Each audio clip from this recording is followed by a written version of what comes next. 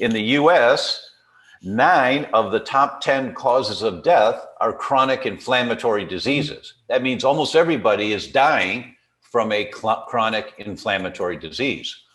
The only exception to that is unintentional accidents or injuries. That's not something that's been developing over time. Everything else, cancer, high blood pressure, diabetes, Alzheimer's, autoimmune diseases, they're all chronic inflammatory diseases. So we're talking about the big kahuna now and the 5 pillars in the development of chronic inflammatory diseases. So the first of the 5 is your genetics. And it's the deck of cards that you were dealt to come onto the planet right now. And you can't change your genetics. That's just what you've got. But very, very few genes mean you're going to get the disease.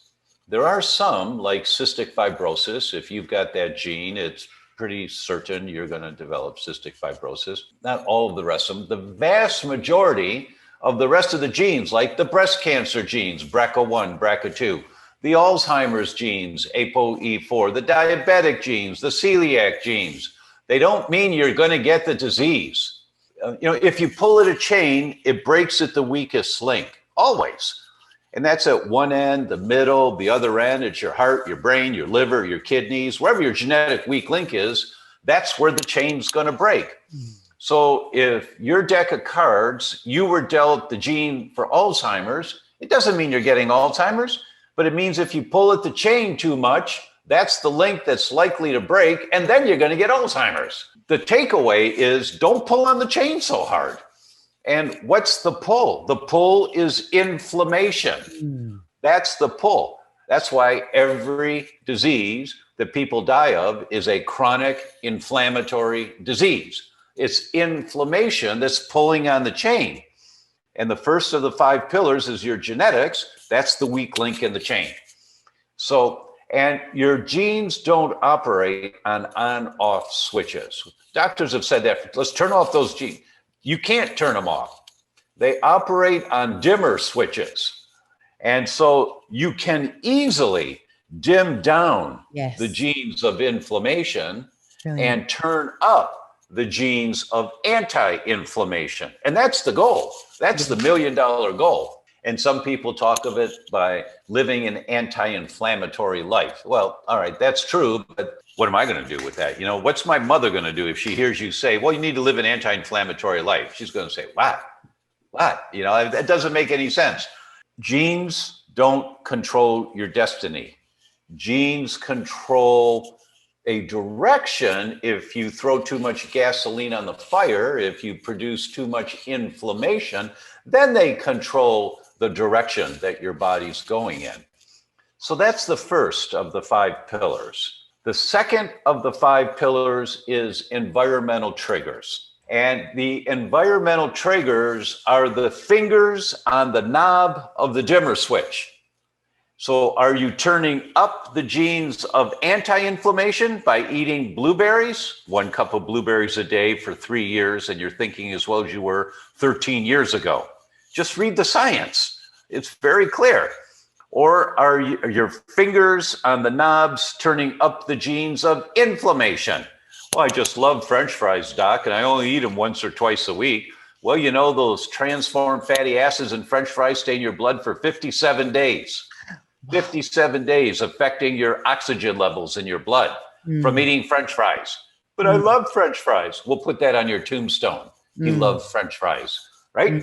So are you turning up the genes of anti-inflammation, or are you turning up the genes of inflammation?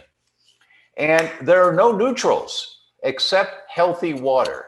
That's the only neutral. Everything else is going to have an effect. We call it epigenetics, around the genes. And that's the term we were using back in the early 2000s when the human genome was first fully identified. We say, well, the epigenetics have a lot to do with this. And well, all that means is whose fingers are on the knob of the gene? Is it the environmental influences that turn up inflammation, or the environmental influences that turn up anti-inflammation? Is it the environmental influences that turn down inflammation, or the environmental influences that turn down the genes of anti-inflammation? What environmental triggers are you putting in your body? Now, environmental triggers also include what's inside your body already. And so the triggers of inflammation are toxins.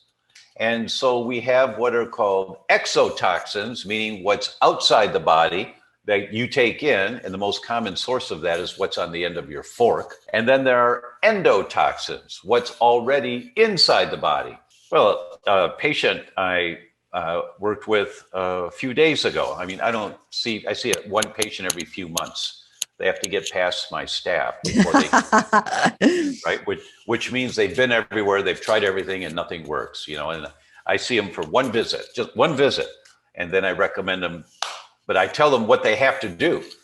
And this guy sent me 435 pages of test results, that because he had been to many doctors, and no one could figure out what was wrong. And it was both endotoxin inside his body and exotoxin outside. It was both. Endotoxin, well, he was born and raised on a cotton farm in Alabama. And the plane used to fly by in the growing season, spraying the cotton fields, and they'd play out in the fields, and the mist would come down on them while they were playing. And then they'd jump in the little ponds in the middle of the cotton fields that had formed and play in the water with all those organophosphates that were just, he was loaded with organophosphates in his body, just loaded, which was affecting his brain function. But so and so his body has the endotoxins, mean all those toxic chemicals that they get in your bloodstream, and your brain says, get that stuff away from me.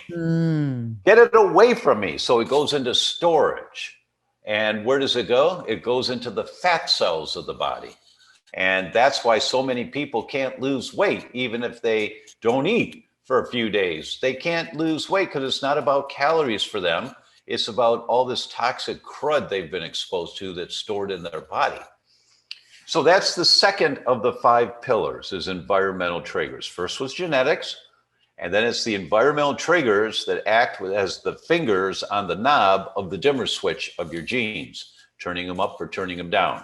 Keep reaching to feel better, because the world needs you to feel good so you can share that very special gift that only you have. And if you want more, check out my next video here.